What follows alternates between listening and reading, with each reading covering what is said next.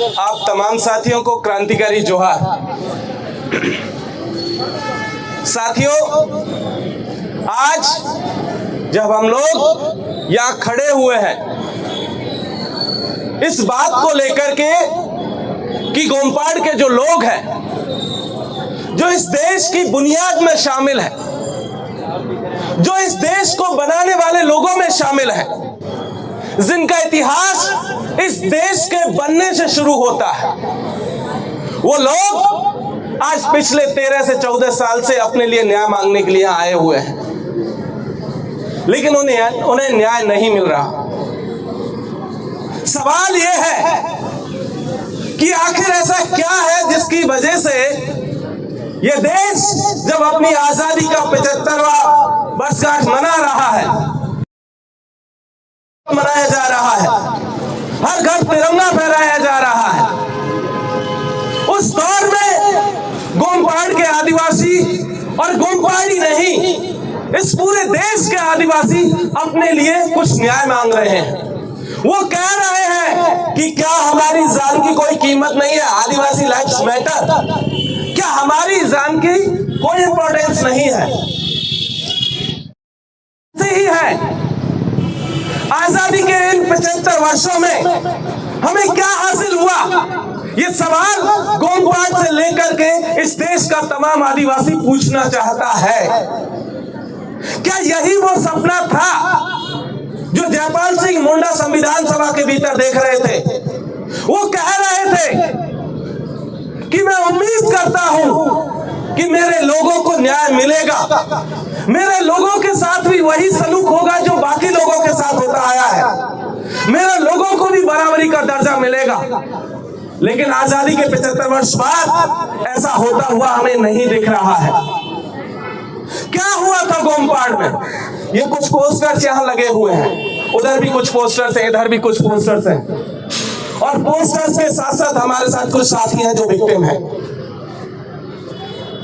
Supreme court ने जिन लोगों ने याचिका दायर की, हिमांशु जी, उनके ऊपर फाइन लगा दिया।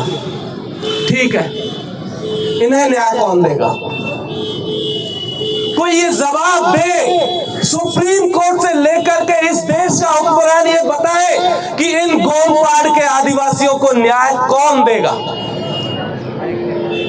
जिस बच्चे का हाथ काट डाला गया हो, जिस बच्चे की मां को मार डाला गया हो, जिस बच्चे को अनाथ कर दिया गया हो, जिस औरत को विधवा बना दिया गया हो, जिस व्यक्ति के अपने परिवारजनों को मार दिया गया हो, उन लोगों का क्या कसूर है? उन्हें न्याय कौन देगा? ये सवाल गोमपाड़ से लेकर के तमाम लोग पूछ रहे हैं। और जब हम लोग दिल्ली विश्वविद्यालय की धरती पर ये बैठे करके ये सवाल पूछ रहे हैं, तो हमें ये नहीं भूलना चाहिए कि गोमपाड़ से लेकर के पूरे देश के आदिवासियों को एकदम से नेग्लेक्ट करने की कोशिश चल रही है, इस देश से खत्म करने की कोशिश चल रही है, और वो एक संस्थानिक तरीके से चल रहा है। इस देश की सरकारें, इस देश के हुक्मरान, वो चाहे किसी भी पार्टी और किसी भी दल के क्यों ना हो, उनकी एक ही कोशिश है कि आदिवासियों को इस धरती से एलिमिनेट कर दिया जाए, इस धरती से खत्म कर दिया जाए, ताकि उनका जल, जंगल और जमीन उसको लूटा जा सके। और इसीलिए गोमपाड़ से लेकर के तमाम लोगों को न्याय नहीं मिल रहा है। आपको याद होगा, पिछले साल मणिपुर के भीतर 14 आदिवासियों को मार दिया गया और पार्लियामेंट के भीतर कहा गया कि मिस्टेकन आइडेंटिटी का मसला है। आजादी के 75 वर्ष बाद भी लोग, हमारा हुक्मरान ये पहचान नहीं पा रहा है कि ये आदिवासी हमारे देश का है या नहीं है, और वो मिस्टेकन आइडेंटिटी के नाम पर अपने आप को साफ बचा करके ले जाता है और किसी की कोई रिस्पॉन्सिबिलिटी नहीं है। हमें ये याद करने की जरूरत है कि इस देश के आदिवासी इलाकों में किस तरीके की लड़ाई चल रही है।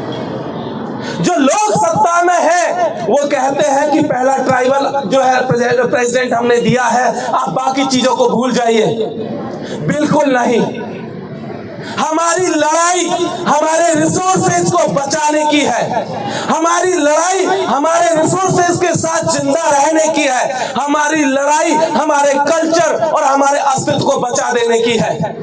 लेकिन हो यह रहा है कि एक तरफ इस देश का हुक्मरान अपने पूंजीपति दोस्तों के साथ मिलकर के हमारी जमीनों को हड़प रहा है, दूसरी तरफ आरएसएस से जैसे कुछ और संगठन के लोग हैं जो हमारी संस्कृति के ऊपर हमला कर रहे हैं। हमने देखा है पूरे के पूरे आदिवासी इलाकों में जाकर के आप देखिए, संस्कृति के नाम पर कोई आदिवासियों को हिंदू बना रहा है, कोई मुसलमान बना रहा है, कोई सिख, बौद्ध, जैन, पता नहीं क्या क्या बनाया जा रहा है। लगातार प्रोसेस चल रही है ताकि आदिवासी आइडेंटिटी को खत्म किया जा सके, और दूसरी तरफ नक्सलिज्म के नाम पर या किसी और नाम पर आदिवासियों की जमीनों को हड़पा जा रहा है।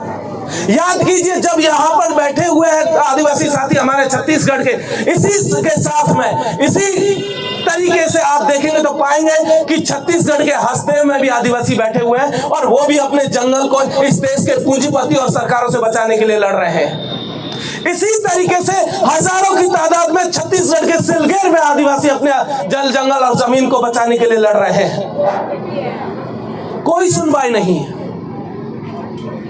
सरकार कह रही है कि हम विकास कर रहे हैं, विकास के नाम पर पुलिसिया कैंप लगाए जा रहे हैं, जबरिया कैंप लगाए जा रहे हैं। उन्होंने विकास का पैरामीटर ही बदल दिया। उनका कहना है कि आदिवासियों से जमीनें छीन लो, उसके बाद इनका क्या होगा किसी को नहीं पता। आजादी के इन 75 वर्षों में आप जाकर के अगर आंकड़े उठा करके देखेंगे तो पाएंगे कि इस देश का 50% आदिवासी कम से कम अपनी जमीन से 2 दफा डिस्प्लेस हो चुका है, उसे विस्थापित किया जा सका है, और वो भी विकास के नाम पर। आप अगर आंकड़े उठा करके देखेंगे तो पता चलेगा कि इस देश में सबसे ज्यादा भूखमरी, सबसे ज्यादा गरीबी आदिवासियों के बीच में पाई जाती है। सरकार हर वर्ष अपने बजट में बड़ी बड़ी घोषणाएं करती है, इतने लाख करोड़ का, इतने खरब करोड़ का, इतने ये का, इतने वो का अमाउंट का पैसा हमने आदिवासियों के लिए दिया, लेकिन 75 वर्ष बाद भी सबसे ज्यादा भूखमरी आदिवासियों के बीच में है। एक ऐसा तबका जिसके पास अपने रिसोर्सेज थे, कभी किसी दूसरे के ऊपर डिपेंडेंट नहीं था, लेकिन आपने पहले उसकी जमीनें छीनी और जमीन छीनने के बाद आपने उसके रिसोर्सेज छीन लिए और तमाम रिसोर्सेज छीनने के बाद उसे दूर कर दिया, बेदखल कर दिया, और आज वो भुखमरी के कगार पर है। शहरों में रहने वाला आधा से ज्यादा आदिवासी आबादी भुखमरी के कगार पर। आजादी के इन 75 वर्षों में हमने जो अचीव किया है, टाइम्स ऑफ इंडिया की एक रिपोर्ट कहती है कि इस देश में आदिवासी जो व्यक्ति है, आदिवासी जो औरत है, किसी भी सामान्य औरत से 7 साल कम जिंदा रहती है। एक आदिवासी पुरुष सामान्य वर्ग के पुरुष से 4 साल कम जिंदा रहता है। किसी ने पूछा है ऐसा क्यों है? क्यों नहीं हमारी लाइफ मैटर करती? क्यों हमारे सवालों को हमेशा इग्नोर किया जाता है? क्यों? तो जवाब उसका बहुत क्लियर है। जवाब इस तरीके से, शुरुआत से अगर देखेंगे आदिवासियों को बुनियाद, अगर इस देश की बुनियाद को समझने की कोशिश करेंगे आजादी के बाद से, तब से ही आदिवासियों को साइडलाइन करने की कोशिशें हुई। कभी उनको ध्यान में रख करके नेशन बिल्डिंग की प्रोसेस शुरू ही नहीं की गई। उन्हें सिर्फ रिसोर्स के बतौर इस्तेमाल किया गया, उनकी जमीनों का इस्तेमाल उनके कारखानों को लगाने के लिए किया गया, और आदिवासी को अपनी जमीन से लगातार बेदखल किया जाता रहा।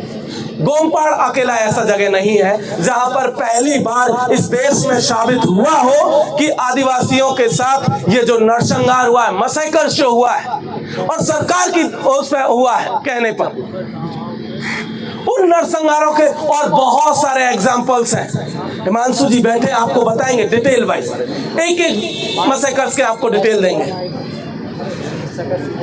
तो ये जो पूरा का पूरा सिलसिला है जो पिछले 70 सालों से चला आ रहा है, इसको रोकने की जरूरत है, और रोकने के लिए ही हम यहां से कह रहे हैं कि गोमपाड़ के आदिवासियों को न्याय दिया जाए।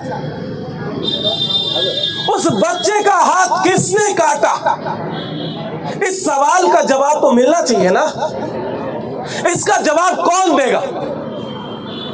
क्यों नहीं हमारे हुक्मरान या जो लोग न्यायपालिका में बैठे हुए हैं वो इस बात को इंश्योर नहीं कर पाए कि जिस बच्चे का हाथ काटा गया वो हाथ काटने वाले लोग कौन है?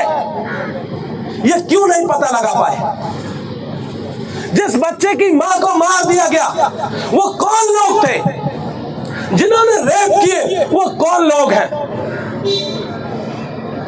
क्या यह जानने का हक गोमपाड़ के आदिवासियों को नहीं है?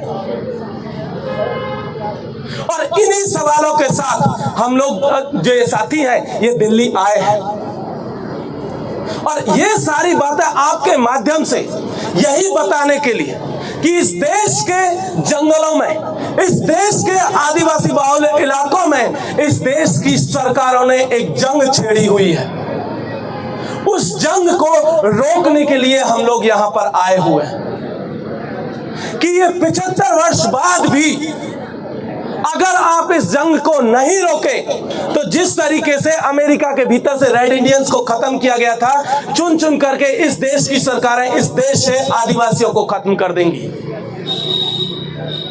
किसी और से आदिवासियों को खतरा नहीं है सिवाय सरकारों के।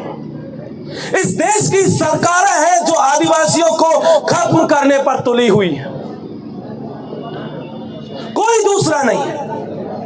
और यही सारी बातें हैं जिनको जानना हमारे लिए, हम सब के लिए बहुत जरूरी है। बहुत बहुत शुक्रिया। इंकलाब जिंदाबाद। जय भीम, जोहार।